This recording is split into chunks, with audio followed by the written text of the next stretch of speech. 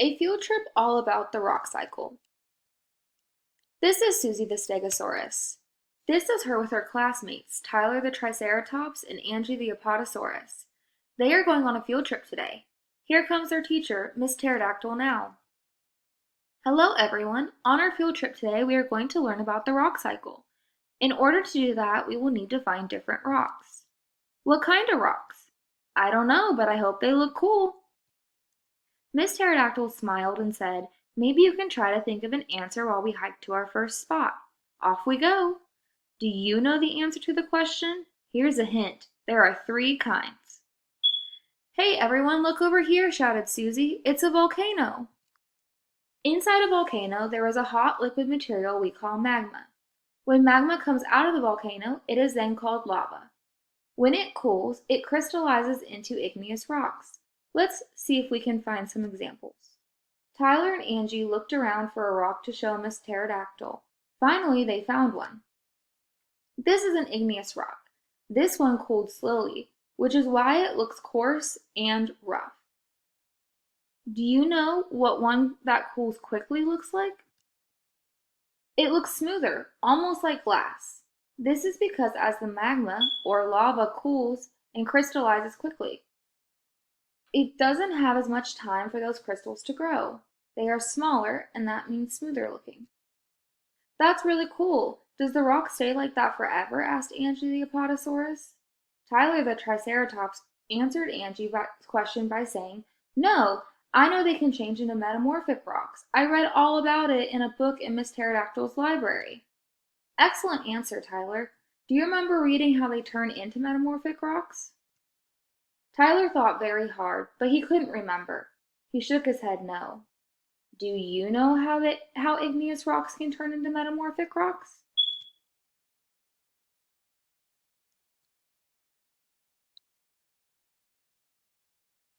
Miss Pterodactyl knew she could get Tyler to remember by asking a few questions. Well, what would happen if you buried the rock underground?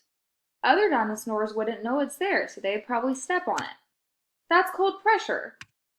Exactly right. In order for an igneous rock to turn into a metamorphic rock, it must, as geologists say, be buried, and a lot of pressure must be applied to it. You need one other thing too. Do you know what that is? Heat. You need heat and pressure. Oh, yeah, I remember reading about that now. Here is an example of a metamorphic rock.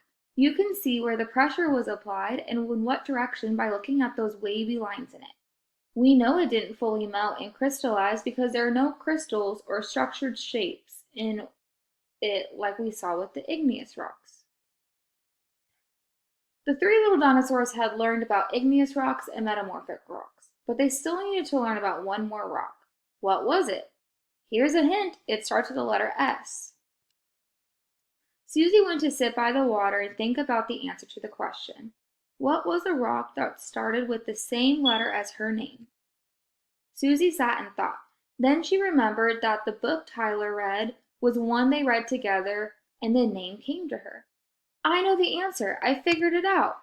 Susie explained, "Water and other forces like wind can break down a rock. Then those broken down rock pieces can meet up with other small pieces of rock and be smushed together until a new rock is formed. That new rock is called a sedimentary rock."